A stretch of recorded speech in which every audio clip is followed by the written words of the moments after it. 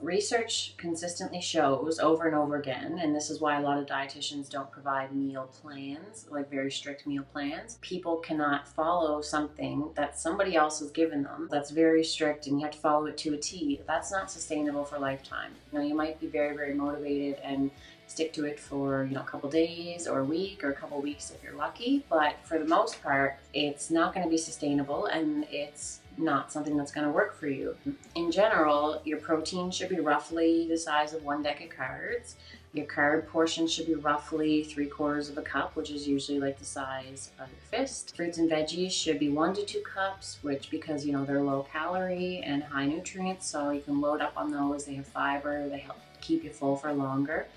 And then your healthy fats, fats are not bad, but carbs and protein are both 4 calories per gram and fat is 9 calories per gram.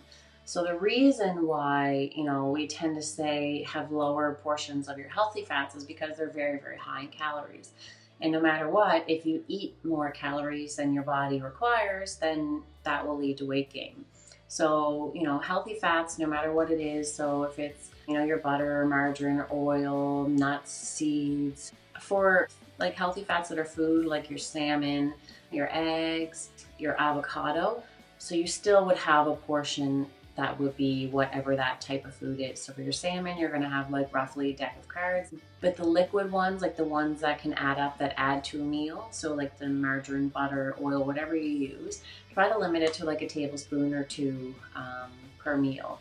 And peanut butter as well, so a tablespoon or 2. What's great and what I like to tell people is that especially if you're busy, you can have a really well-balanced snack as a meal. Say if you don't have time to prep, you could have some Greek yogurt, berries, and nuts, and maybe like a piece of fruit for lunch if that's all you have on hand. Or you can have a wrap for supper if that's what's going to be quick and easy and keep you from ordering takeout too often. Obviously, most of the time you want lean proteins, such as your chicken, your fish, pork and steak and ground beef. Try to have a little bit less of, just because they're higher in calories and saturated fats. So have chicken, turkey, fish, as much as you can.